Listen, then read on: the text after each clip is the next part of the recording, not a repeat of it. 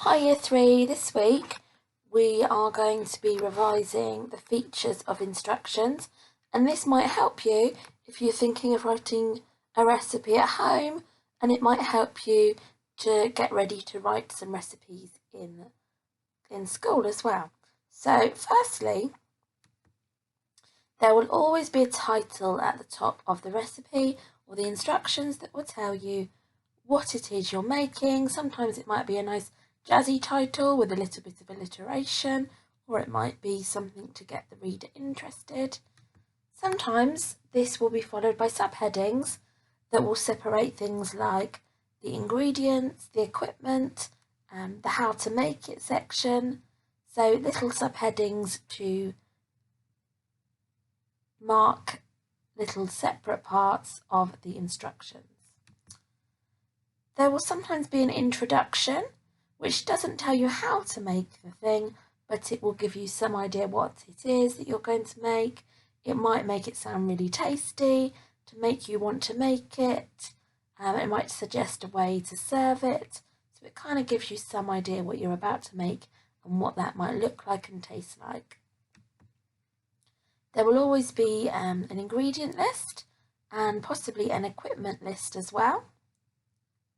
That will be written as a list rather than in sentences, so there might be bullet points, and it might also tell you exactly how much of each of those things you need. Following those ingredients and equipment lists, there will be numbered steps to tell you which order to do those things in, and those will be written in sentences.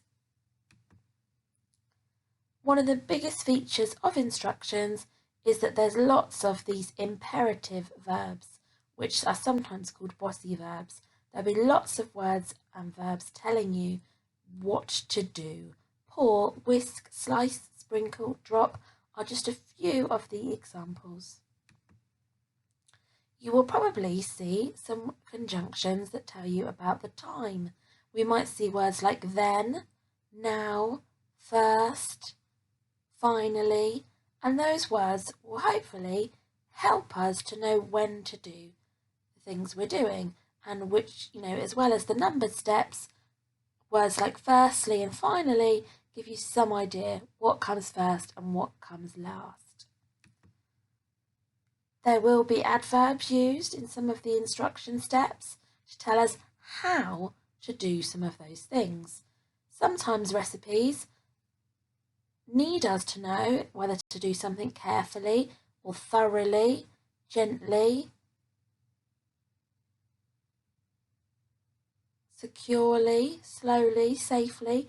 All of those things will help us to follow the recipe even more closely and more accurately. One thing that recipes do is they use really specific adjectives, especially in that ingredient list. Instead of saying things like a shiny knife, we would say a sharp knife, because actually shiny knife isn't very helpful. Instead of saying a blue bowl, it might be more important in the recipe for a large bowl to be used. When we're thinking about things like ingredients, like cheese, it's not that useful to go and say, oh, you need yummy cheese, you need delicious cheese. Those things are not very helpful. We need to be more specific and say what type of cheese.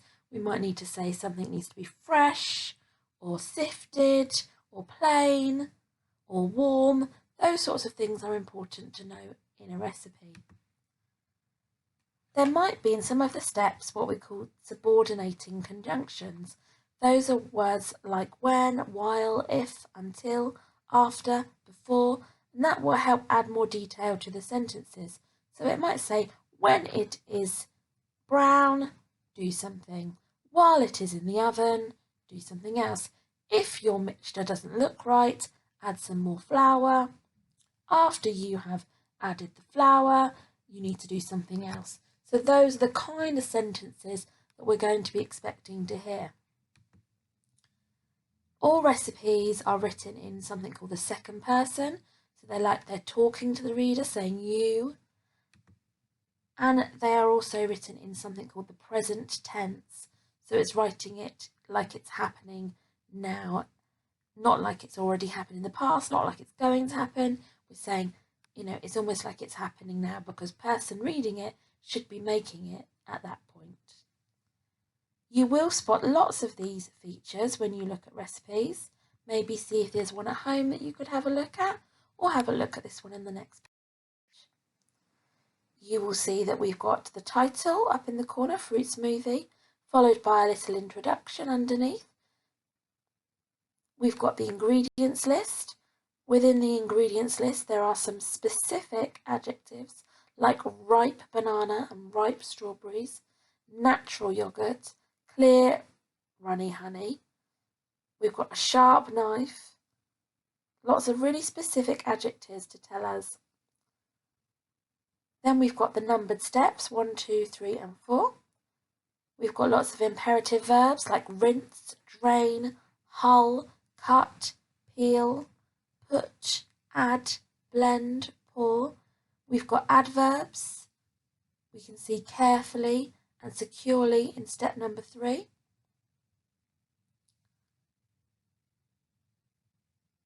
There's lots of the features that we just discussed in there.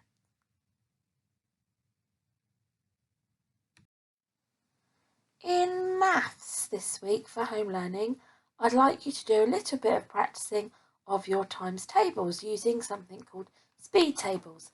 At the moment, the speed is not the most important thing, but as time goes on throughout the year, we should be getting a little bit quicker with these, and we might even start to time ourselves how long they might take us. This is a grid, a times tables grid, but along the top I've only included the 2s, 5s, 10s, 3s and 4s, because at the moment in year 3, that's what we are concentrating on. All the way down the side we've got the 1, 2, 3, 4, 5, 6, 7, 8, 9, 10, 11 and 12.